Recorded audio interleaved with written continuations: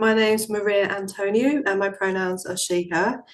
And I will be running a workshop, a tarot workshop, looking at the year that's just gone, reflecting on the year that's just gone, and planning our year ahead. It's called Create Your New Year with Tarot. And I've been using tarot cards since I was 15. I'm now 52, so that's quite a long time. And I've been teaching tarot since 2012 and reading probably all of that time as well. Yeah. So you were really young when you got into tarot then. What was it that brought you to be interested in it? I'd always been interested in kind of fairy tales and otherworldly things, and I had some experiences that I'd probably call psychic. When I was a child, I was very tuned in and intuitive and kind of aware of energies around me. And when I was 15, I used some of my Christmas money to buy a set from WH Smith's called Fortune at Christmas. And it had a set of tarot cards in, and they were the Marseille deck. So if anyone's familiar with tarot, they'll know that the Marseille deck is an old French deck, and it doesn't have pictures on like our kind of tarot Rider-Waite style tarot cards that we're used to today. It just had symbols on. So, well, it did have pictures, but just swords, cups, battens instead of wands then, and coins. So they were really hard to read, and I was very confused by them. And yeah, they didn't make much sense at that point. But I kind of dabbled, and there were other things in that deck like I Ching sticks and something else I can't remember. Yeah, but then I picked them up again when I was in my mid 20s, I think.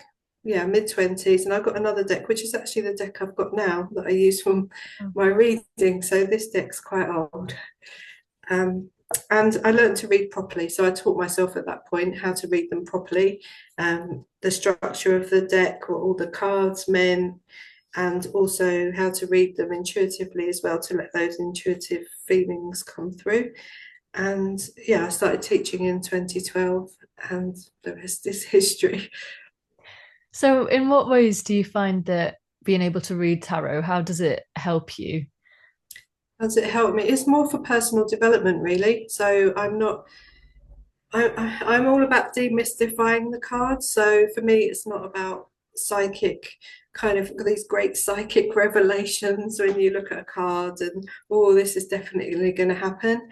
But it's an image that unlocks can unlock emotions, it can unlock associations, it can unlock kind of things from your emotions and your your mind thoughts and emotions and feelings. So yeah, it's when I look at a card, I just think, what does this say to me? What does it remind me of? What are the what's the energy of it? And then I will relate that to something in my life or to a client's life.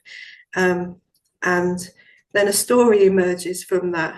So yeah, essentially they're pictures on bits of paper, but we can use them in really creative ways.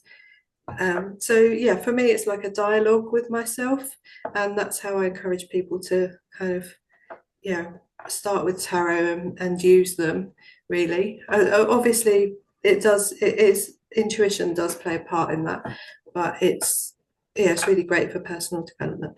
And so how have you found working with teaching tarot and any queer audiences or individuals that you're working with? Do you feel there are any common blocks that come up when working with queer people or any more natural affinities towards tarot?